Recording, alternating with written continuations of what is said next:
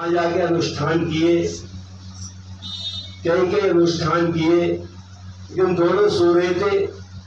दोनों को एक साथ सगुण माया दर्शन दिए और कहा चिंता मत करो, अब तुम्हारी संतान पैदा होगी और मैं खुद तुम्हारे यहाँ पर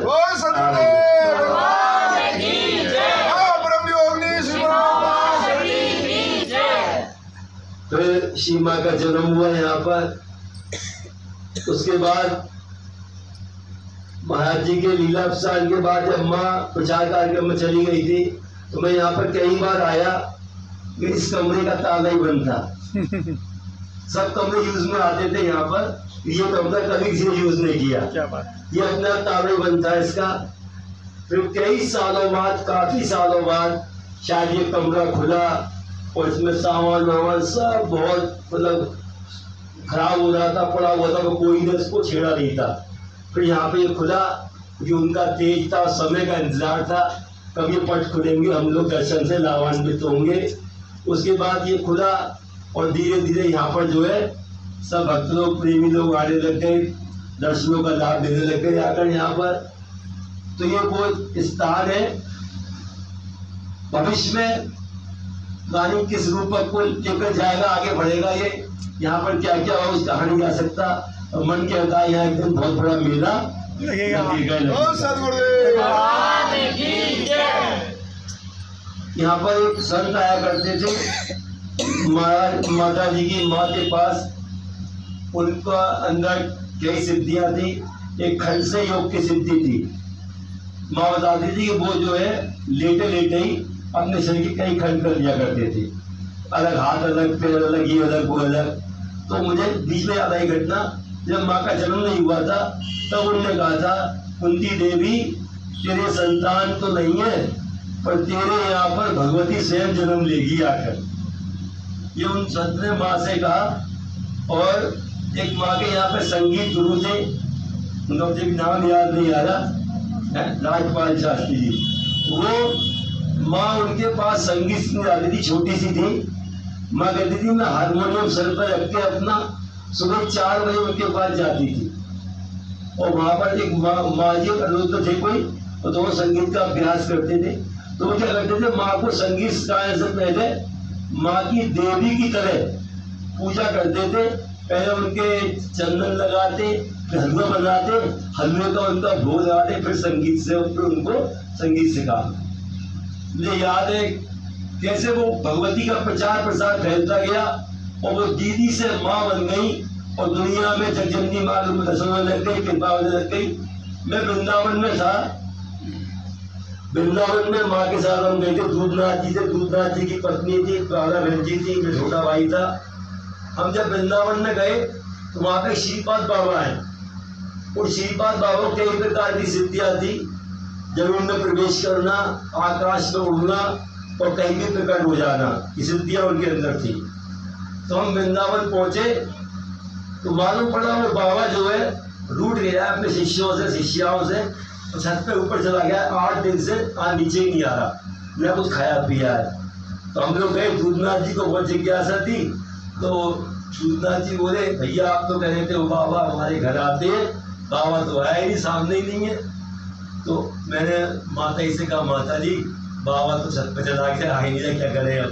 तो माँ बोली बेटा कोई बात नहीं, जिस दरबार से हम आए हैं प्रभु रामदास जी के दरबार से, अहमद बाबा को जरा भी दृष्टि है तो उसको सामने छत पे आना पड़ेगा। इतना माँ ने कहा, इतना बाबा मुर्गेरी पे सामने खड़ा हो गया। बाबा खड़ा हो गया।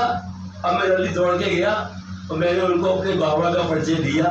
बाबा बाबा के बाद को ठहरते थे आकर, बाबा जो वर्ल्ड फेम संसार के माने हुए हिस्टोरियन रहे ना, इसी प्रसाद इनके पास जाते हैं, मेरे बाबा हैं, मैं उनका ज्ञान सन हूँ।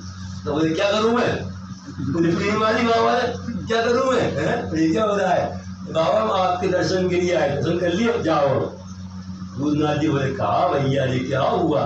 मैंने माँ से कहा माँ अरे माने का पागल तो ये परिचय देना नहीं आया, अब अपने असली दादा का परिचय दे, असली बात का परिचय दे।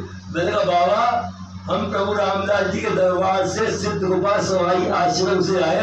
अब कहता ऊपर आ जाओ बच्चा, ऊपर आ जाओ, जितना बच्चा प्रभु रामदारी दरवाजा सब ऊपर आ जाओ, सब ऊपर आ जाओ।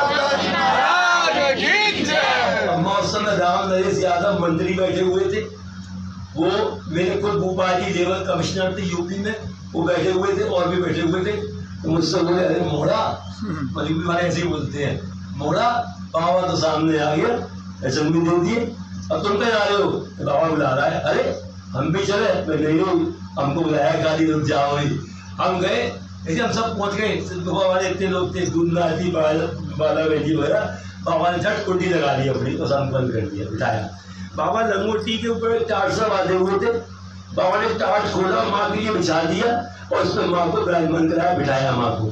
फिर बाबा कहते हैं एकदम ओहो योगीराज चंद्रमोहन जी महाराज, योगीराज चंद्रमोहन जी महाराज, ग्रेट योगी, ग्रेट योगी, ग्रेट योगी। मुझे एक तत्व मिली, अगर संत है विश्व में पूरे में जिसने तत्व किया हुआ है, संतों बोले बहुत है, बाबा बोला संतों बहुत है, कुंडली के मालिक बहुत है, सहस्त्रार में है कुंडली, योगी बहुत है। तब तक मुझे उसने कमांड किया, अष्टांग योग का राजा है तो वो योगीराज चंद्रमोहन जी।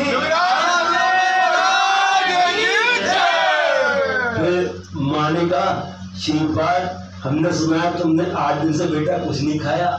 अरे बोले वो पहला बाबा था इसके मुख से, एकदम मैंने सुना माँ को, बोला माँ, बोला अरे माँ, बोले इनको यार सुबह सा बच्चे जब गड़बड़ करते हैं ना, तो इनको लाइन पे लाने के लिए कुछ करना पड़ता है, इसलिए मैं छत पे आया हुआ हूँ। माँ ने कहा मेरे पास समाई धाम के महाराज जी के हाथ के दिए हुए पेड़े खाओगे? बाबा ने ऐसे बच्चे की तरह हाथ किया, लाओ माँ, लाओ माँ, लाओ लाओ लाओ लाओ लाओ। माँ ने पेड़े दिए, बाबा बच्चे पेड़े खा गया। फिर माँ ने कहा मेरे पास समाई धाम का, प्रभु जी के धाम का जल है, पियोगे? लाओ माँ, लाओ माँ, लाओ। और बाबा जल भी पीते चले गए, खूब पेड़े खाए, जल पिए बाबा ने। उसके बाद मैंने धीरे से कहा बाबा हम इनके चरणों में रहते हैं, इनको माँ कहते हैं। अरे तू क्या माँ कहता है, इसको इनको सारा संसार माँ कह रहा है। ये तो आई मेरे विश्व को जगाने के लिए, योग की जोत जगाने के लिए आई है, तो जब ये काम करके जाएंगी तब इनको लोग समझेंगे। बाबा की शब्द तो मुझसे कहता देखो मुन्ना इनके पास ही है ना। मैं कहता बाबा यार क्या हो क्यों मत करना, क्या बोला क्या और क्यों मत करना। वो तू आया तो बहुत बड़े राजनीतिक परिवार से निकल के है, लेकिन आ गया है तो क्या हो क्यों मत करना, तो तुम्हारा जो है कल्याण हो जाएगा, तेरा ही तेरे पूरे परिवार का कल्याण कर देगा। सामने वाली मैया की जय। तो ऐसे अनेक, मुझे खुद जब मैं आश्रम में आया था मैं आश्रम में, उससे पहले घटना बता रहा हूँ। जब मैं माँ के पास तो महाराज जी पर आया था, 2 दिन पहले की घटना है। मैं कंवरी माँ के मंदिर जाया करता था कभी कभी, तो उस दिन मैं कंवरी माँ के मंदिर गया, तो वहां जब मैं गया तो रात को सो रहा था। मैंने क्या देखा कंवरी माँ की जो मूर्तियां हैं, वो दोनों मूर्तियां जो है वो तो गायब हो गई, उसमें माँ के स्वरूप जो है दिखाने से नहीं लग गए। तो वहां भी वैष्णोदेवी माता में भी, ये भी इसकी मम्मी राजन बैठी थी यहाँ पे, इसकी घटना बताता हूँ। इसके पेट में पथरी हो गई थी, है ना, पथरी थी, एक बार ऑपरेशन कराया ठीक हो गई, पथरी दोबारा फिर इसके हो गई, दोबारा पथरी हो गई। डॉक्टर बोला अब इसका ऑपरेशन नहीं कर सकते, ऑपरेशन करेंगे तो ये मर जाएगी, तो कैसे कह दिया। इसके पापा बोले कोई बात नहीं, माँ से फोन से बात करते हैं। माँ से फोन से बात की, माँ ने कहा बेटा प्रभु जी का पाठ कर और आरती का जल पीती रहे, प्रभु जी कृपा करेंगे। डॉक्टर ने कह दिया ऑपरेशन नहीं करेगी। और उसके इतना भयंकर दर्द होता था, ये बोली कि अपनी माँ से बोली मम्मी अगर मैं अपना ऑपरेशन नहीं कराऊंगी तो दर्द से परेशान हूँ, क्या करूँ, छोटे बच्चे हैं मेरे, तो क्या करूँ, समझ में नहीं आ रहा है। तो उन्होंने कोई बात नहीं बेटा तू पाठ कर और जल पीती रहे आरती का, फिर देखा कुछ नहीं और रुक जा, आ जाओ। ये रात में क्या देखती है सोते में, जो वहाँ पे चंडी के पहाड़ पे मनसा देवी का मंदिर है, देवी माता का, वो देवी माता का मंदिर के पास, मूर्ति के पास एक प्रकाश आया और प्रकाश में श्री माता जी खड़े हो गए। और माता जी देवी माँ से कह रही है कि क्यों नहीं मेरी बच्ची का रोग काटती है, तो नहीं ठीक करती है इसको। देवी माँ कह रही है उनको, वो दिख रही है राजन, आपकी भक्त है, आपकी बच्ची है, आप ठीक कर लो। तो मैंने कहा तू क्या खड़ी है यहाँ पर, दे मुझे त्रिशूल। और मैंने त्रिशूल लेके राजन की ऐसे पेट में मारा है। उन्होंने देखा उसके पेट से काला काला कुछ निकला है, उसकी आंख खुल गई। उनने अपने पिताजी को बताया, बोले बेटा तेरा मैया ने भगवती ने रोग काट दिया। उसका भी अल्ट्रासाउंड वगैरह हुआ तो पिताजी माता उतारे छत पे बैठे हुए थे, देखा राजन तो डिब्बे लेके आ रही है मिठाई के, क्या चक्कर है, बड़ी खुश लग रही है। उन्होंने बताया प्रभु जी अल्ट्रासाउंड हो गया पिताजी और उसमें पथरी पथरी कुछ भी नहीं है, बिल्कुल ठीक हूँ। ऐसी शिव माता जी